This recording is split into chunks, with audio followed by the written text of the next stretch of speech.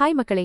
இப்ப தியேட்டர்ஸ்ல லோகேஷ் கனகராஜ் இயக்கத்துல ரஜினி, சௌபின் ஷாஹிர், நாகார்ஜுனா, உபேந்திரா, சத்யராஜ் மற்றும் பலர் நடிப்புல வெளியான கூலி திரைப்படம் எப்படி இருக்குதுன்னு வாங்க பார்க்கலாம். படத்தோட கதை என்னன்னா, நம்ம தலைவர் ரஜினி ஒரு மேன்ஷன் ஒன்னு நடத்திட்டு வர்றாரு. அவருடைய க்ளோஸ் ஃப்ரெண்ட் சத்யராஜ் இறந்துட்டாருன்னு அவருக்கு செய்தி வருது. நண்பனுடைய இறப்பு இயற்கையானது இல்ல, யாரோ அவனை கொலை பண்ணிருக்காங்கன்னு தெரிஞ்சுக்கிறாரு. நண்பனை கொலை பண்ணவன கண்டுபிடிச்சு கொல்லணும்னு களத்துல இறங்குறாரு. இதுக்கப்புறம் என்னாச்சு, அதுதான் இந்த கூலி படத்தோட கதை. படத்தோட பிக்கஸ்ட் பாசிட்டிவ்னா அது ரஜினி சாரோட பெர்ஃபார்மன்ஸும் ஸ்கிரீன் பிரசன்ஸும் தான். அடுத்து இன்டர்வல் அப்புறம் கிளைமேக்ஸ்ல வரும் ஃபிளாஷ்பேக் போர்ஷன் ரெண்டையும் படத்தோட இன்னொரு பெரிய ஹைலைட்டா சொல்லலாம். தரமான சம்பவமா இருந்துச்சு. அந்த சீக்வன்ஸ் ரெண்டுலயும் தலைவர் பிரிச்சு மேஞ்சிருப்பாரு. பயங்கர கூஸ்பம்ஸா இருந்துச்சு. அனிருத்தோட பின்னணி இசை சூப்பரா இருந்துச்சு. சுமாரான சீன்ஸ கூட அடுத்த லெவலுக்கு எடுத்துட்டு போச்சு. குறிப்பா ஃபிளாஷ்பேக் போர்ஷனை பின்னணி இசை மூலமா வேற லெவல்ல தெரிக்க விட்டிருந்தாரு.